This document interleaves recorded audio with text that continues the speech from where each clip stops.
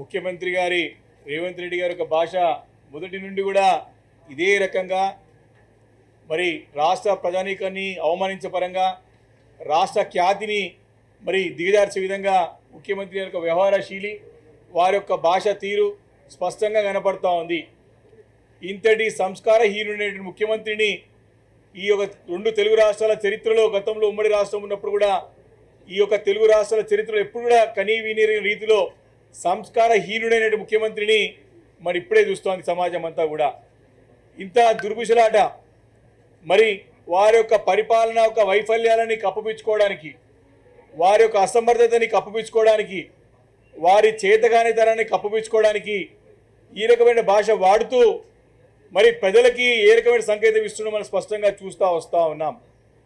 వారి యొక్క అసమర్థత ఎలాంటిదంటే ఇప్పటికి 15 నెలలు 16 నెలలు కావస్తా ఉన్నా 6 మంత్రులని చేసుకోలేకపోతా ఉన్నాడు. వారు ఇంకా ఓపెన్ బాహాటంగా ఏమంటారు, నన్ను పని చేయనిట్లేదు అంటారు. ఎవరైనా ముఖ్యమంత్రి చరిత్రలో ముఖ్యమంత్రి ఎవరైనా పని చేయనిట్లేదని చెప్తారా ఎవరన్నా? అంటే వారికి అసమర్థత అని చేతగానితనం మనకు రాదు, ఈ పరిపాలన చేయలేడని చెప్పి ఆయన మాటల్లో చెప్పకనే చెప్తా ఉన్నాడు.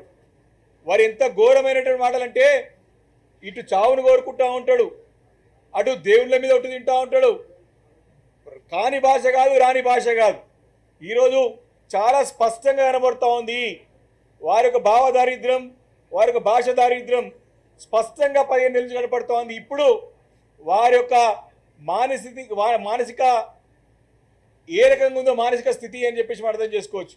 వారి మెంటల్ ఇంబ్యాలెన్స్ ఉన్నట్టు స్పష్టంగా అర్థమవుతా ఉన్నది. వారి ఫ్రస్ట్రేషన్ అర్థమవుతా ఉన్నది. ఢిల్లీలో అధిష్టానం వీళ్ళని పట్టించుకుంటలేదని చెప్పి స్పష్టంగా అర్థమవుతా ఉన్నది. వారి సొంత పార్టీలే తిరగబడుతూ ఉన్నారు ఆయన మీద. కాబట్టి ఇవన్నీ కూడా మరి తట్టుకోలేక ఆ అక్కసు మొత్తం కూడా మా పార్టీ అధినేత పైన, మా పార్టీ పైన విషం కక్కుతా ఉన్న సంగతి మనం చూస్తూ ఉన్నాం, గమనిస్తూ ఉన్నాం.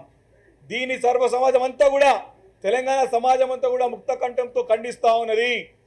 కేసీఆర్ గారి పైన మాట్లాడిన భాషని తక్షణం విరమించుకొని వారికి క్షమాపణ చెప్పాలి తప్పకుండా. లేకపోతే రాబోయే రోజుల్లో మాత్రం తప్పకుండా ప్రజల యొక్క ఆగ్రహ జ్వాలలకి గురికాక తప్పదు.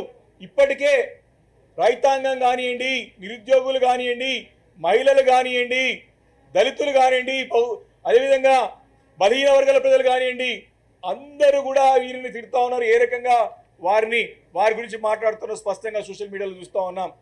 మరి వారు ఎవరైనా మీడియా మిత్రులు మాట్లాడితే మరి నిన్న 2 పైన కేసు పెట్టి చెంచలు కూడా జైలు పంపించాడు. మరి ముఖ్యమంత్రి మాట్లాడితే వారిని ఎవరు శిక్షించాలని చెప్పేసి ప్రశ్నిస్తూ ఉన్నాం. వారు కూడా అదే భాష మాట్లాడితే ఎవరు ప్రశ్నించాలో చూస్తూ ఉన్నాం. కాబట్టి వారు మనుషులే కాదు, ముఖ్యమంత్రిని మా అధినేత కేసీఆర్ గారినే కాదు, వారి కుటుంబానే కాదు, సాక్షాత్తు గత అసెంబ్లీలో కూడా దేవుని పేరు కూడా అపహేళన చేసే విధంగా, కాళేశ్వరం అంత పవిత్రమైన పేరుని ప్రాజెక్టు పెట్టుకుంటే ఆ భగవంతుని కూడా, ఆ పరమాత్మని కూడా అపహేళన చేసే విధంగా ఏదో ఒక తాగుబోతైనా మాట్లాడి అర్థం చేసుకోవచ్చు. ముఖ్యమంత్రి గారు కూడా కాళేశ్వరం పట్టుకొని కూలేశ్వరం అని చెప్పిన సంగతి ఈరోజు గుర్తు చేస్తూ ఉన్నాం. అంటే వారి అహంకారం నెత్తికెక్కినది, కళ్ళు నెత్తికెక్కినాయి, మదంతో మాట్లాడుతూ ఉన్నారు.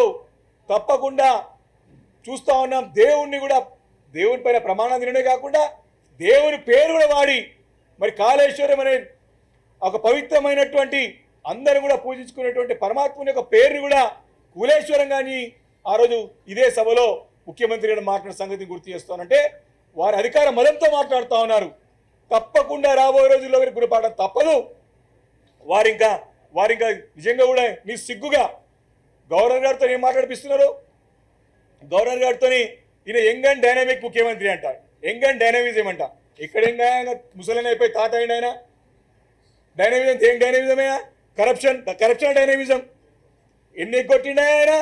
రైతులకి ప్రజలకు ఎగ్గొట్టిండు, మహిళలకు ఎగ్గొట్టిండు, బంగారం పెడతా అని చెప్పిండు, పోయి 2 లక్షలు రుణమాఫీ తెచ్చుకోమని చెప్పిండు.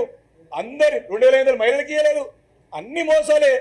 దాంట్లో డైనామిజం వినా, ఎగ్గొట్టంలో డైనామిజం, కరప్షన్ చేయడం డైనామిజం. కాబట్టి ఇవన్నీ ప్రజలు గమనిస్తూ ఉన్నారు. గవర్నర్ ప్రసంగంలో కూడా అన్ని పచ్చబద్దలు మాడిపించాడు. ఇదొక ఉదాహరణ మాత్రమే. కాబట్టి నిన్న కేసీఆర్ గారి పట్ల మాట్లాడిన భాషని మా మనసులంతా కూడా కలిసివేసింది. మేము చాలా అంటే చాలా తీవ్రంగా మేము బాధపడుతూ ఉన్నాం. ఇలాంటి ముఖ్యమంత్రి కింద మేము ఎమ్మెల్యేలు ఉన్నందుకు సిగ్గుపడతా ఉన్నాం. తక్షణం వారు విరమించుకొని ఈ యొక్క సభని ఆ పదవి గౌరవం కాపాడాలని చెప్పేసి కూడా బీఆర్ఎస్ పార్టీ హెచ్చరిస్తూ ఉంది.